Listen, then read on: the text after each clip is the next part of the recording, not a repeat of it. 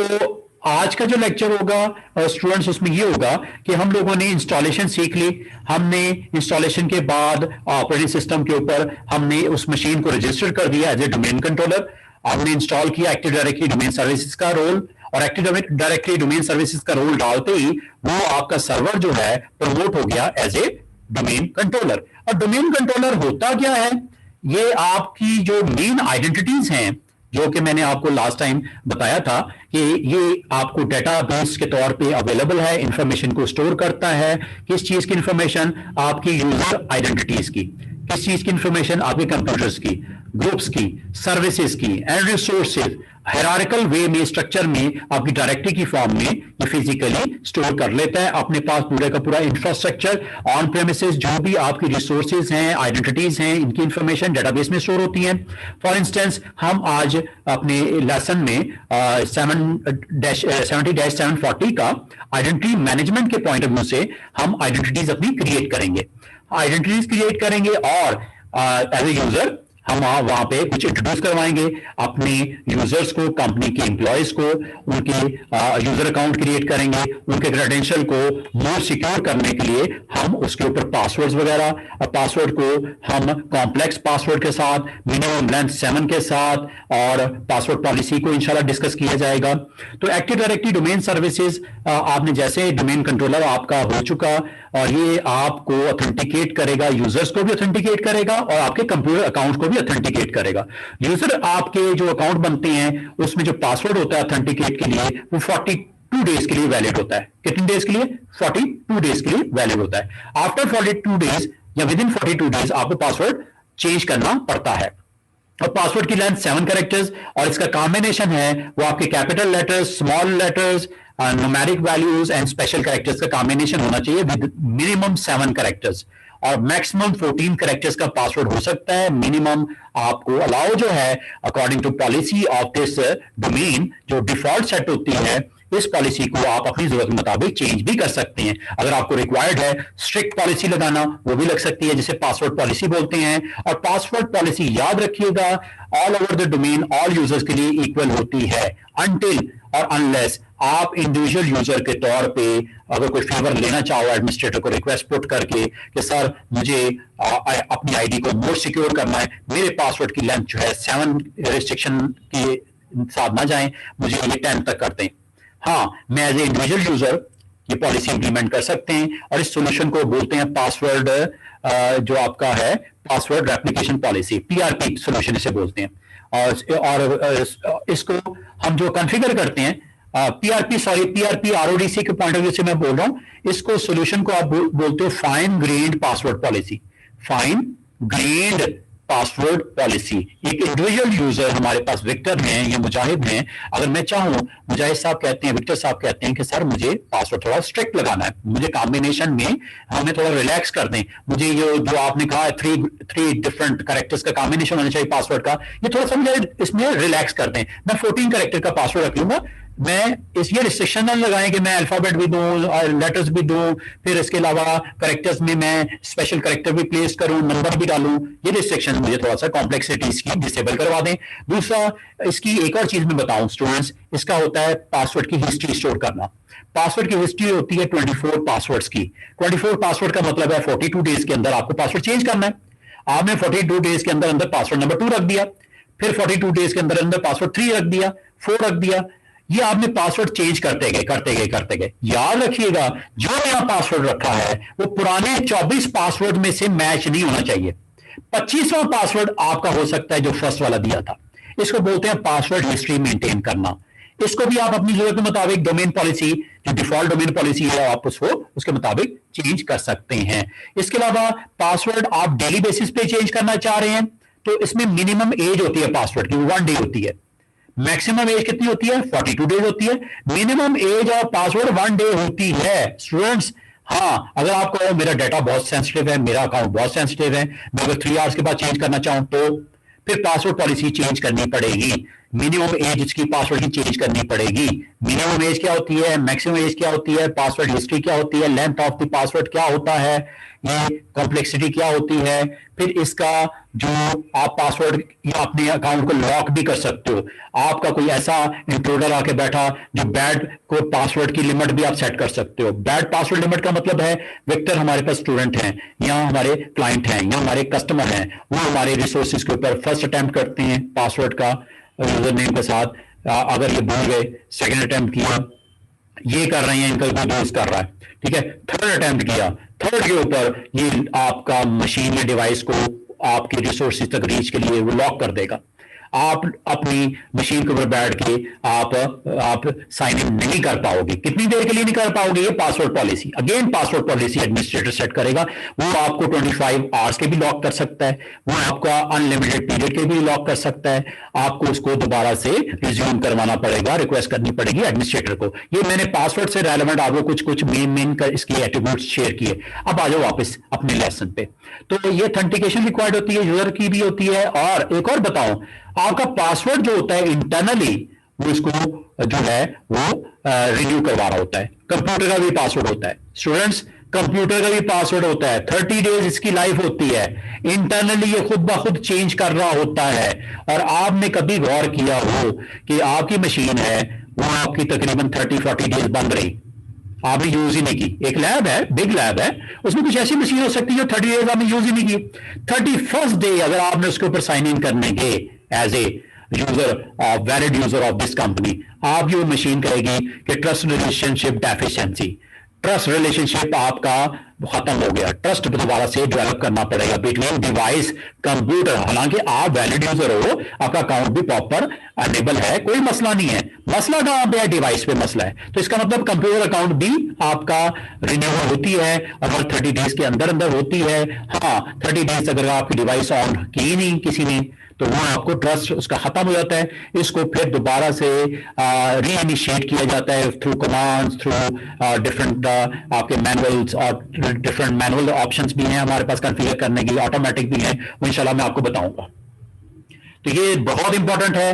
Mainly objective क्या है कि आपकी जितनी आइडेंटिटीज हैं उनको सिक्योर किया जा सके, चाहे वो यूजर अकाउंट्स हो चाहे वो कंप्यूटर अकाउंट हो, because active directory stores information about all the objects. Object again मैंने बताया, यूजर, कंप्यूटर, पॉलिसी, ग्रुप्स, ओयूज, सब ऑब्जेक्ट ही कहलाएंगे आपके डोमेन में। And all user and computer must connect to the Active Directory main controller when they sign in to the network. आप किसी device के ऊपर अगर आप साइन इन करने जा रहे हो, उसमें अल्टीमेटली आपके डोमेन कंट्रोलर के साथ कनेक्ट होना है, वहीं से उसको ऑथेंटिकेट होना है। अगर वो वैलिड यूजर है और आपका एक्सपायर नहीं हुआ, कोई आपका कोई प्रॉब्लम नहीं है, आप तो आपका ये अकाउंट वैलिडेट करेगा, ऑथेंटिकेट करेगा। और ये कॉन्सेप्ट है AAA का, AAA authentication. Number 1 is authentication. Number 2, आपने विक्टर ने साइन इन कर लिया, मुजाहिद साहब ने साइन इन कर लिया, ठीक है, लॉग इन हो गया, साइन इन हो गया, वैलिड यूजर थे। और अगला काम है, क्या आप ऑथराइज हो, क्या आप एप्लीकेशन MS ऑफिस है उसको रन करने के ऑथराइज हो, कोई प्रिंटर पड़े में क्या वो आपको वहां पे प्रिंट कर सकते हो, आप ऑथराइज हो, डिफरेंट रिसोर्सेज तक किसी फोल्डर की आपको क्या परमिशन है, ये सारी ऑथराइजेशन में आती है, परमिशंस वगैरह।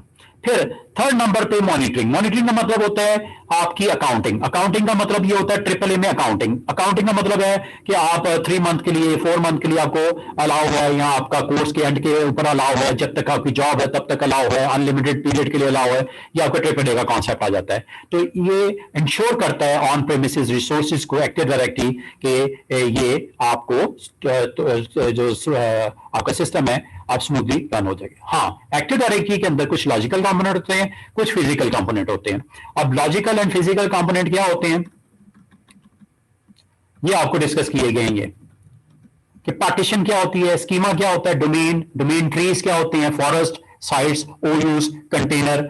फिर फिजिकल साइड के ऊपर अभी एक मशीन हमने रेडी की, डोमेन कंट्रोलर, ये फिजिकल कंपोनेंट है, टचेबल कंपोनेंट है, डाटा स्टोर हो रहा है, कैटलॉग्स जनरेट हो रहे हैं सर्वर्स के। RODC एक और फिजिकल कंपोनेंट ही होगा। हाँ, लॉजिकल कंपोनेंट आपके होते हैं जिसमें आपकी partition is very very important, schema another very important component, domains और डोमेन ट्रीज, पेरेंट चाइल्ड क्या होता है, ट्री डोमेन क्या होता है, फॉरेस्ट इसमें क्या होता है, साइट्स क्या करते हैं, साइट के अंदर further domain controllers, additional domain controller, work station एक साइट के अंदर लोकेटेड हो सकते हैं। एक फार साइट है, वहां पे अलग से एडिशनल डोमेन कंट्रोलर, उससे रेलेवेंट आपके डिफरेंट रिसोर्सेज वहां पे हो सकते हैं। OU point of management very important component है, एंड कंटेनर आपका जो है मोर एफिशिएंट रन करने का एक मेथड है। लाइट वेट आपके पास एक कंपोनेंट है, instead of using operating system heavy component, उसके ऊपर आप एप्लीकेशन को डिप्लॉय करो अपने यूजर्स के लिए, क्लाइंट्स के लिए। आप कंटेनर एक बहुत अहम कंपोनेंट होता है, वो हम यूज कर सकते हैं, जिससे आप अपनी एप्लीकेशंस को without the extra load of operating system आप इनिशिएट भी कर सकते हो, और इसकी रिकवरी भी हो जाती है, और इसको बड़े अच्छे तरीके से आप लाइट वेट कंपोनेंट होता है, जिसके थ्रू आप अपनी एप्लीकेशंस को, मोबाइल ऐप हो सकती हैं आपकी, कंप्यूटर ऐप, आपके कंपनी की एप्स हो सकती हैं, उसको कंटेनर के थ्रू आप लेके चल सकते हो। ये लॉजिकल कंपोनेंट है, अनदर लॉजिकल कंपोनेंट। अच्छा, पार्टीशन। पार्टीशन में मैंने जैसे कल आपको बताया था कि जब हम एक्टिव डायरेक्टरी डोमेन सर्विसेज को हम लोगों कॉन्फ़िगर कर रहे थे, वहां पे हमारे पास एक फिजिकल फोल्डर बन गया था एनटीडीएस का, और उसके अंदर एक फाइल बन रही होगी, और ये डे बाय डे इस फाइल को अगर आप चेक करोगे, अभी दिखाता हूं आपको, ये इंक्रीज होगा साइज। ये एक पार्टीशन होती है, इसमें आपका क्या कंटेन हो रहा होता है, पोर्शन ऑफ द डेटाबेस कि जो आपके मेन एट्रीब्यूट्स होते हैं, जो आपके हर आइडेंटिटी के, वो इस पार्टीशन के अंदर पॉपुलेट हो रहे होते हैं। ठीक है, इसके अलावा हर पार्टीशन या ऑब्जेक्ट की आगे फर्दर एट्रीब्यूट्स होते हैं, उसे बोलते हैं स्कीमा। जैसे एट्रीब्यूट ऑफ यूजर्स क्या हो सकते हैं? एट्रीब्यूट ऑफ यूजर, उसका फर्स्ट नेम, उसका लास्ट नेम, उसका ईमेल, उसका कॉन्टैक्ट, उसका डेजिग्नेशन, उसका आगे फर्दर कंपनी, वो कंपनी के अंदर उसका डिपार्टमेंट, डिपार्टमेंट के अलावा उसकी लोकेशन, ये सारी डिटेल्स हैं। ठीक है, ये सारी डिटेल्स को अगर आप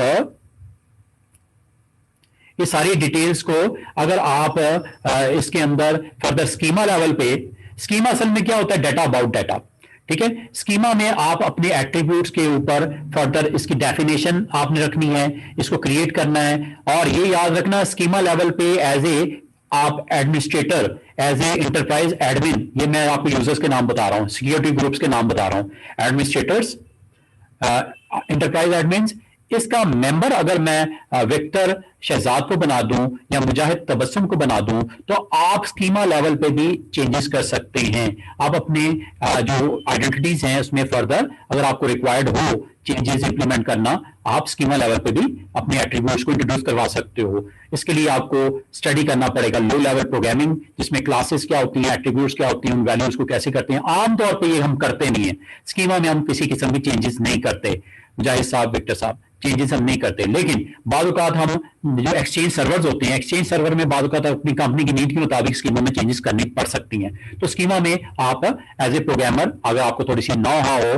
तो आप इसमें चेंज कर सकते हो। स्कीमा है, पार्टीशन है, फिर डोमेन। डोमेन असल में क्या होता है? आपका लॉजिकल एडमिनिस्ट्रेटिव कंटेनर होता है ऑब्जेक्ट्स के लिए, जिसमें यूजर पड़े हुए हैं और आपके कंप्यूटर पड़े हुए हैं, ये डोमेन कहला रहा है। जिससे हमने आईटी का एक डोमेन बना दिया था, कल रजिस्टर कर दिया था, और इसके अंदर आप फर्दर अगर डिपेंड करता है आपकी साइज के ऊपर, बिजनेस का साइज बढ़ गया, आप उनके एट्रीब्यूट्स जो कि आपके आइडेंटिटीज के अंदर एट्रीब्यूट्स हैं या आइडेंटिटीज आपकी पड़ी नहीं है, वो 1000 से लैक्स में चली गई, तो आप according to size of your company आप डोमेन के अंदर चाइल्ड रिलेशनशिप के ऊपर चाइल्ड डोमेन भी बना सकते हो।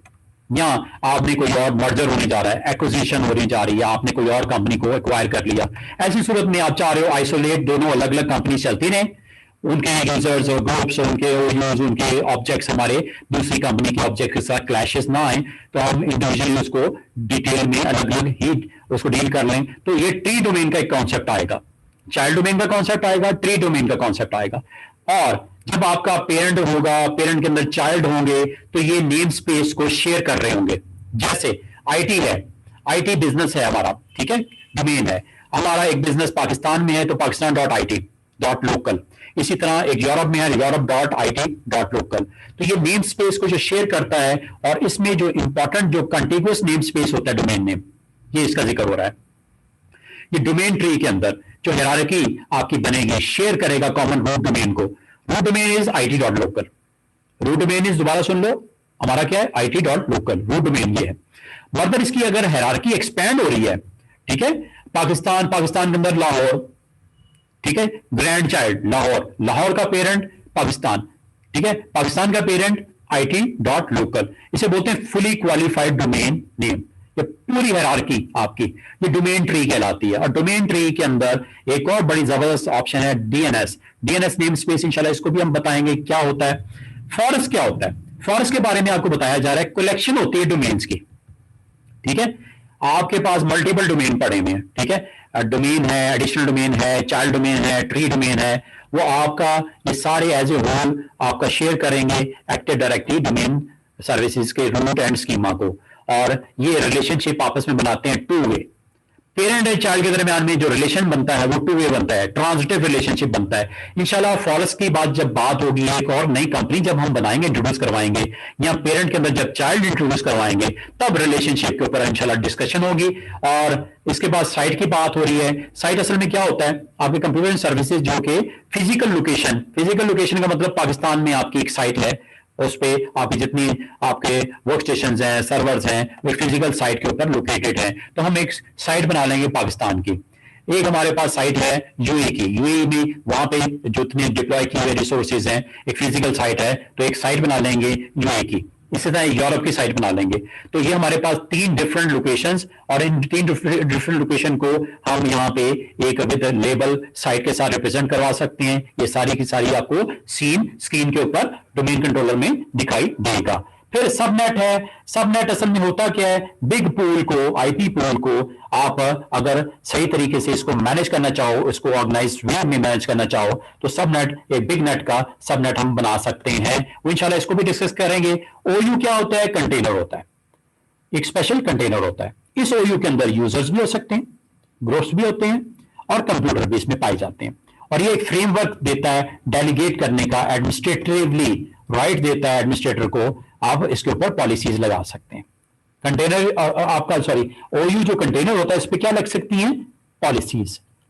फॉर एग्जांपल लाहौर में बैठे हुए यूजर्स हैं, उनकी पॉलिसीज डिफरेंट रखनी है, मुझे उसको डिफरेंट रिसोर्सेज की परमिशन देनी है, कुछ रिस्ट्रिक्शन लगानी है, तो ओयू लाहौर के ऊपर लगा दूंगा। कराची ओयू, दुबई ओयू, ये भी बन सकते हैं। इससे एडमिनिस्ट्रेटिवली मुझे उसको पॉलिसीज को इंप्लीमेंट करना, एक फ्रेमवर्क के थ्रू डेलीगेट करना एडमिनिस्ट्रेटिवली मेरे लिए बड़ा इजी हो जाएगा। ओयू हम इंशाल्लाह डिस्कस करेंगे। कंटेनर को भी देखेंगे। जीपीओ के अंदर container can not have GPO link to them.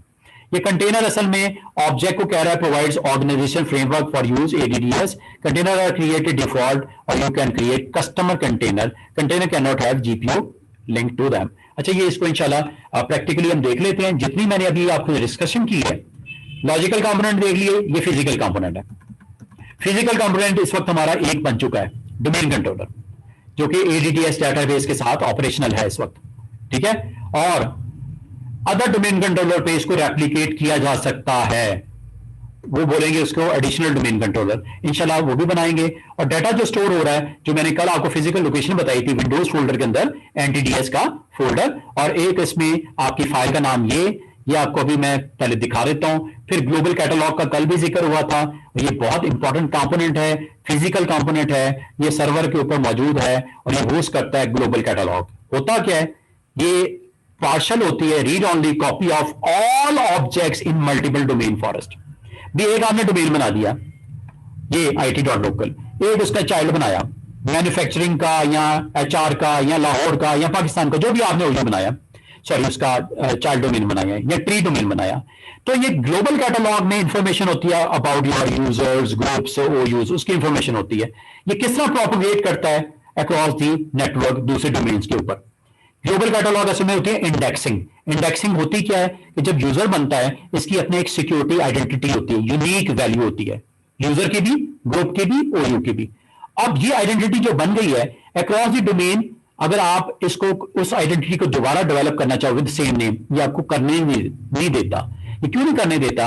Global catalogue इस चीज को इंश्योर करता है कि आपका पेरेंट के अंदर जो चाइल्ड का रिलेशन है या ट्री का रिलेशन है या फॉरेस्ट के अंदर जितनी भी आइडेंटिटीज हैं, उनकी यूनिकनेस, उनका सर्च ऑपरेशन परफॉर्म करना हो, उसके ऊपर फर्दर आपने कोई कैटलॉग की स्पीड अप करना हो सर्चिंग के हवाले से, तो ये एक ग्लोबल कैटलॉग आपको read only copy across the आपके फॉरेस्ट, ये डिफरेंट फॉरेस्ट में इसको डोमेन कंट्रोलर की वैल्यूज को अपडेट रखता है।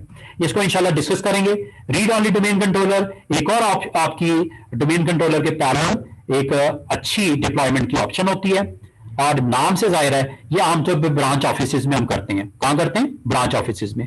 ब्रांच ऑफिसेज में आपको फिजिकल सिक्योरिटी जहां पे आपकी लूज हो, गारंटी नहीं दी जा सकती, या आपके पास लेस एडवांस सपोर्ट हो, और कॉर्पोरेट सेंटर्स को या line of business application exist हो रही है, need to run domain controller, तो इसमें एक ऐसा डोमेन डिप्लॉय किया जाएगा जो सिक्योरिटी जहां पे आप अच्छी नहीं आप दे पा रहे फिजिकली, वहां पे आपको थ्रेट है, डैमेज होने का खतरा है, या आपको टेक्निकल वहां पे बंदा अवेलेबल नहीं है, रिसोर्स पर्सन नहीं है उसको मैनेज करने के लिए, तो ऐसी लोकेशन पे हम डोमेन कंट्रोलर के साथ एक पैरेलल उसकी उस एरिया के जितने यूजर्स हैं उनको कॉम्पनसेट करने के लिए, ताकि वो यूजर जो आपके बैठे हुए हैं डिस्टेंस के ऊपर उस डोमेन कंट्रोलर से ऑथेंटिकेट हो जाएंगे। अदरवाइज ऑथेंटिकेट होने के लिए वैन कनेक्शन का अप होना, वैन कनेक्शन मतलब इंटरनेट का अप होना, डिस्टेंस के यूजर के लिए आपकी कंपनी की रिसोर्सेज तक आने के लिए ऑथेंटिकेशन के लिए आपका लैन कनेक्शन ऑन होना जरूरी है। वैन मतलब बाजू का वैन कनेक्शन या इंटरनेट आपका जो है वो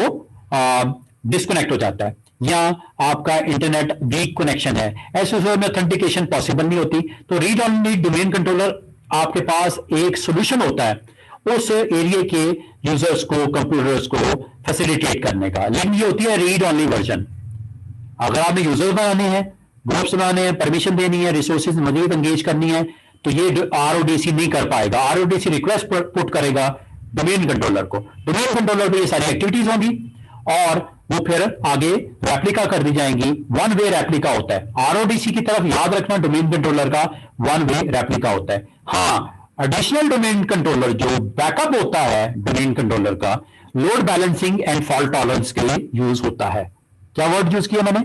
load balancing and fault tolerance. बहुत ज्यादा लोड बढ़ गया, ऑर्गेनाइजेशन का साइज बहुत ज्यादा हो गया, तो एक यूरोप में हम डिप्लॉय कर देते हैं एडीसी, गल्फ में हम यूएई में डिप्लॉय कर देते हैं एक एडीसी। ये एडिशनल कहलाएंगे। एडिशनल का मतलब है इन द एब्सेंस ऑफ आपका वीक इंटरनेट कनेक्शन या lose of your internet connection, आपका एडीसी ऑथेंटिकेट कर देगा, आपकी वहां पे डिसेंट्रलाइज हो जाएगा। डिसेंट्रलाइज का मतलब स्टूडेंट्स ये होता है कि अगर कोई आइडेंटिटीज डेवलप करनी है, डोमेन कंट्रोलर डिपेंडेंट नहीं रहेगा, एडीसी अपने बिहाफ पे कर सकता है।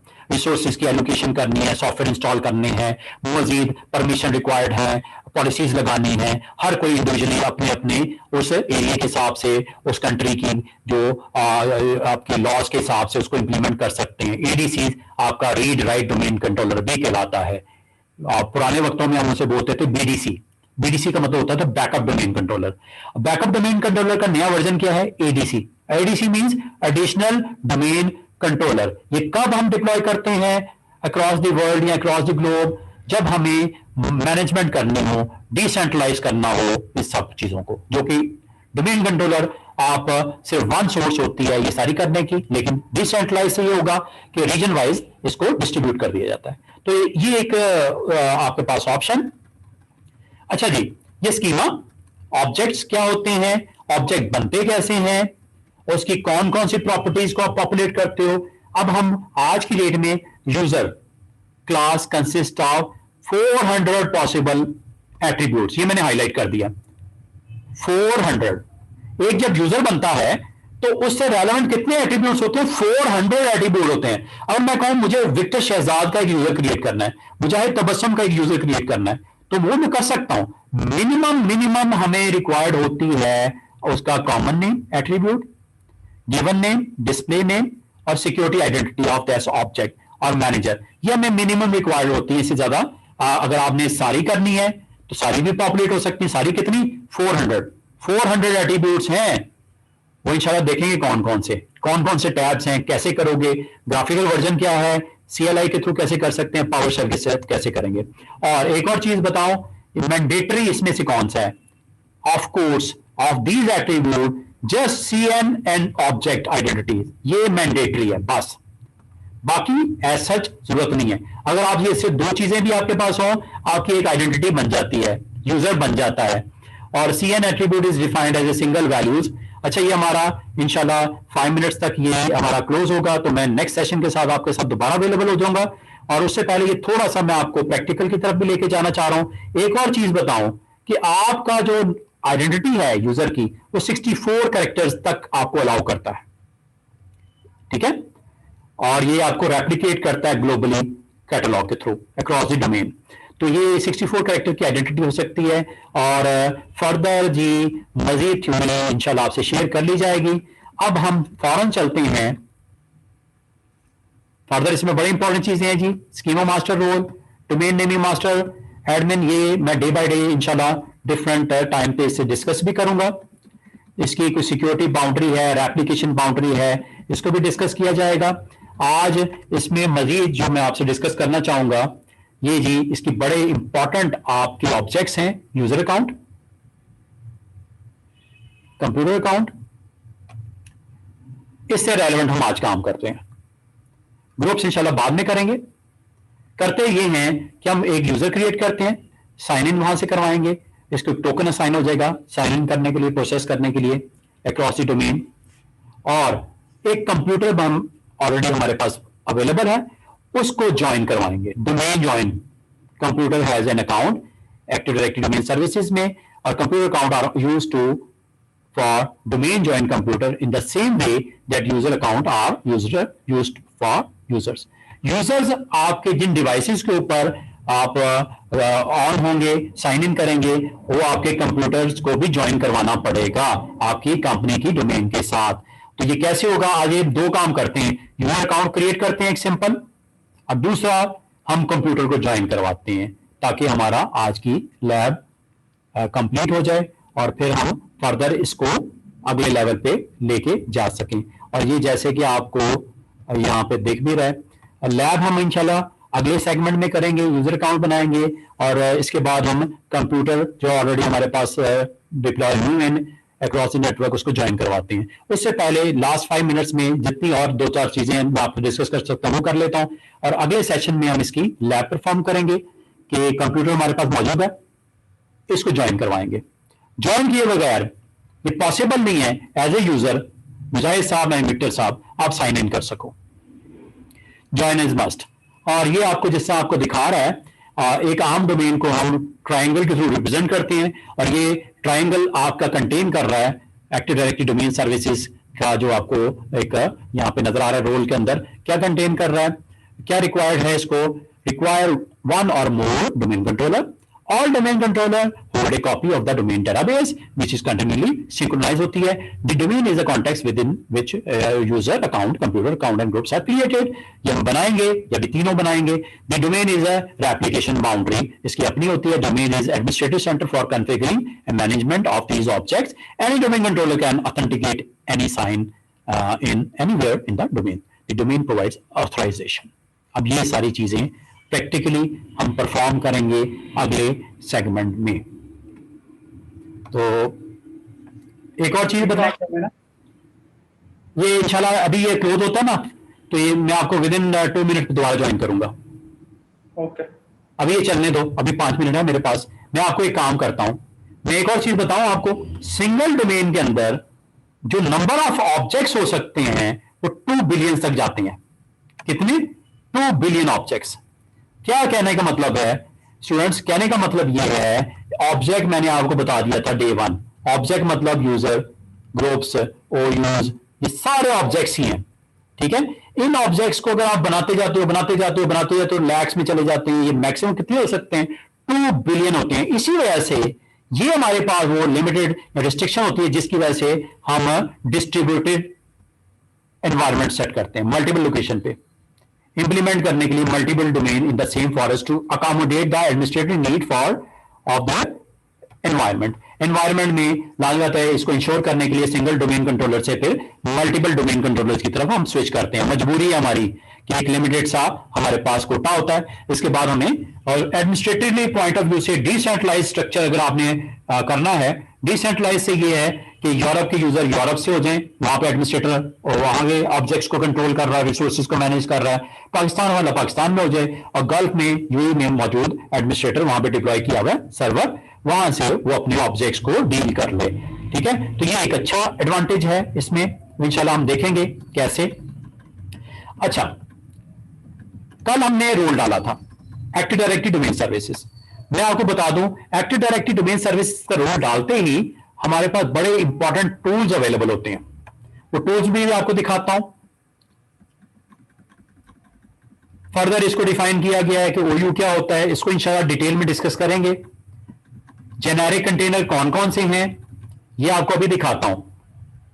Domain, built in container, computer container, foreign security principal, manage services account, user container, domain controllers. ये अभी आपको जेनेरिक कंटेनर भी दिखाता हूं। जेनेरिक कंटेनर कुछ होते हैं, कुछ कंटेनर आप खुद बनाते हो, ठीक है। ये कंटेनर आपका फर्क क्या है जेनेरिक में और नॉर्मल कंटेनर में, क्या फर्क है? जेनेरिक का मतलब ये है कि जब आप इसको एक्टिव डायरेक्टरी या जो सर्वर जब आप बनाते हो तो इसके अंदर ऑटोमेटिकली वो पॉपुलेट कर देता है ये कंटेनर जेनेरिक।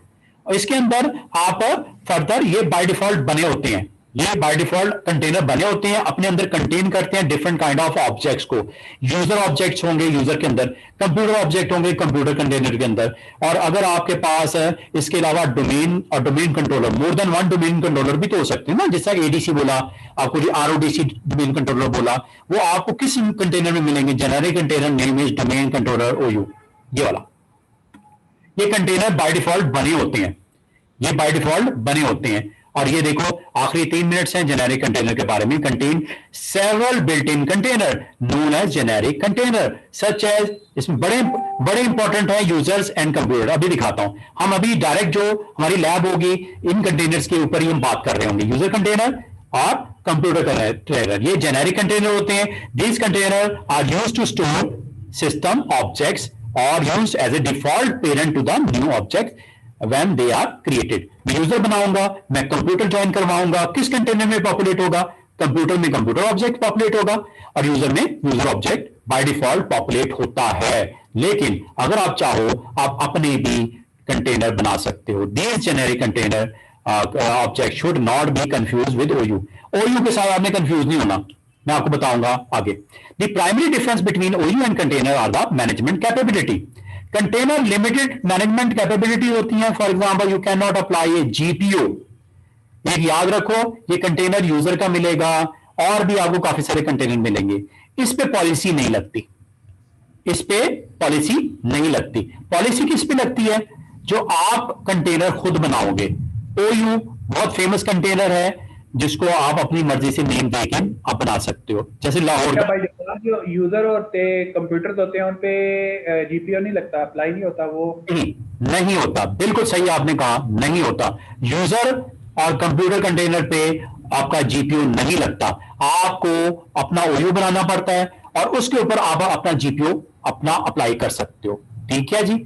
ये फिलहाल जो इनकी प्रैक्टिस अगर मैं मतलब जो जनरल प्रैक्टिस क्या होती है कि एक फर्ज करें एक हम लाहौर का ओयू बनाते हैं और एक हम लंदन का ओयू बनाते हैं। तो अब लाहौर के ओयू के अंदर मैंने डिस्ट्रीब्यूट करने हैं यूजर और लैब्स। तो एक ओयू मैं सारी लैब्स डाल दूं और एक ओयू के अंदर आप मैं यूजर की हायरार्की डाल दूं। बिल्कुल बिल्कुल सही है। आप देखो मतलब स्टैंडर्ड यही होगा ना। पता क्या है, मैं आपको बताऊं, default location for users are users and default location for computer computer. लेकिन आप मैनेजमेंट और एडमिनिस्ट्रेशन पॉइंट ऑफ व्यू से आप ओयू बना के उसके अंदर पॉपुलेट करवाओगे अपनी यूजर्स को और कंप्यूटर मशीनों को, और उस ओयू के ऊपर आप अकॉर्डिंग टू कंपनी पॉलिसी जो भी इंप्लीमेंट करना चाहो आप कर पाओगे, जो कि जेनेरिक के ऊपर करना मुश्किल होता है। आप लाहौर के यूजर्स के ऊपर अलग से ओयू पॉलिसी लगा दो, लंदन वालों पे अलग से पॉलिसी लगा दो। और ये याद रखना ओयू के अंदर क्या होता है, ओयू के अंदर ओयूज भी हो सकते हैं और ओयू के साथ मेन और उसके ऑब्जेक्ट क्या होते हैं? Users and groups. ओयू के अंदर क्या होता है? Users, groups and third objects are computer. Computer भी ओयू में डाले जाते हैं। कराची वाले दुबई वाले जो आपके यूजर्स हैं साथ में कंप्यूटर जिन पे वो डिवाइसेस पे साइन इन कर रहे हैं वो कंप्यूटर भी उधर ही डाल दिए जाते हैं instead of using computer default object, generic object. अच्छा, इंशाल्लाह यहीं से कंटिन्यू करते हैं। ये मैं आपको क्लोज कर रहा हूं और अगला सेशन लैब्स का हम ऑन करेंगे with generic and with practical implementation of user and computer accounts. Thank you ji.